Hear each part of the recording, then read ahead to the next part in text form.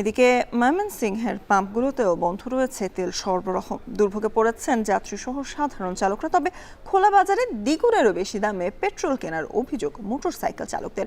এ নিয়ে বিস্তারিত জানাতে ময়মনসিংহ থেকে যুক্ত হচ্ছেন সহকর্মী ইমতিয়াজ আহমেদ। ইমতিয়াজ, যেখানে পেট্রোল পাম্পগুলোতে আমরা তেল পাচ্ছি না, সেখানে খোলা বাজারে কিভাবে তেল আসছে এবং পেট্রোল পাম্পগুলোতেও ভিড় কেমন লক্ষ্য করছেন?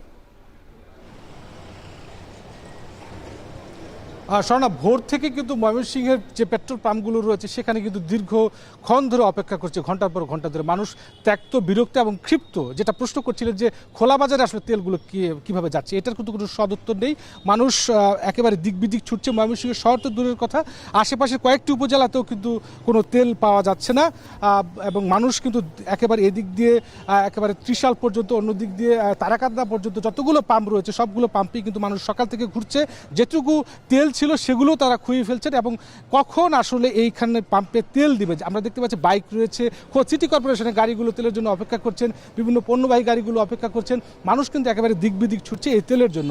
কিন্তু এখন পর্যন্ত পেট্রোল থেকে শুরু করে ডিজেল ময়মনসিংহ শহরে এবং আশেপাশের যে পাম্পগুলোতে আছে সেখানে এখন পর্যন্ত কিন্তু দেওয়া হচ্ছে না। এবং আশ্চর্যের বিষয় আরেকটি হলো, কোনো পাম্পে কিন্তু কোনো কর্তৃপক্ষ নেই বা সংশ্লিষ্ট যারা থাকার কথা তারা কিন্তু নেই। অর্থাৎ সাধারণ যারা গ্রাহক রয়েছেন তারা কিন্তু জানতেও পারছেন না যে কখন বা কোন সময়ে এই তেলটি দেওয়া হবে। তারা একটা দাবি করছেন যে দ্রুত সময়ের মধ্যে প্রশাসনের একটা হস্তক্ষেপে একটা শিডিউল দেওয়া দরকার, যে কখন আসলে কোন সময়টিতে আসলে তেল দিবে, ঠিক সেই সময়টিতে মানুষগুলো আসছে। মানুষ বলছেন যে তারা বিভিন্ন দরকারি যে কাজগুলো রয়েছে, শিক্ষার্থীদের স্কুল কলেজ, পাশাপাশি যারা চাকরি করছেন বা বিভিন্ন জায়গায় যাবেন বা গুরুত্বপূর্ণ কাজগুলোতে যাবেন, সেগুলো তাদের ব্যাহত হচ্ছে।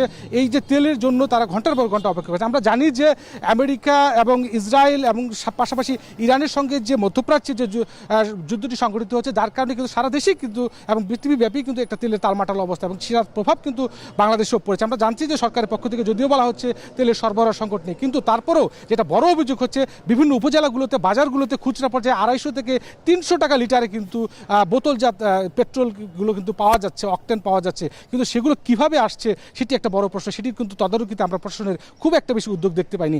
এবং এর জন্য কিন্তু সাধারণ মানুষ খুব ক্ষিপ্ত এবং তারা বলছেন যে আসলে এটার একটা সুষ্ঠু সমাধান দরকার। প্রশাসন দ্রুতভাবে যদি এই হস্তক্ষেপগুলো নেয় এবং সুন্দরভাবে একটা রেশনিং পদ্ধতিতে কে কতটুকু তেল পাবে একটা সুশৃঙ্খলভাবে যদি একটা শিডিউল করে দেওয়া যায়, তাহলে হয়তো এই সমস্যাটি কিছুটা হলেও সংকট। তবে আমরা যে সমস্যাটিতে পড়েছি, আমরা গণমাধ্যম কর্মীরা সংশ্লিষ্ট যে পাম্পগুলো রয়েছে তাদের কর্তৃপক্ষকে আমরা খুঁজে পাচ্ছি না, তাদের সঙ্গে কথা বলার কোনো সুযোগ থাকছে না। সব মিলিয়ে এই ছিল স্বর্ণা আমার কাছে ময়মনসিংহ থেকে। সহকর্মী ইমতিয়াজ আহমেদ আমাদেরকে জানাচ্ছিলেন জ্বালানি সংকট নিয়ে ময়মনসিংহ থেকে। সবশেষ।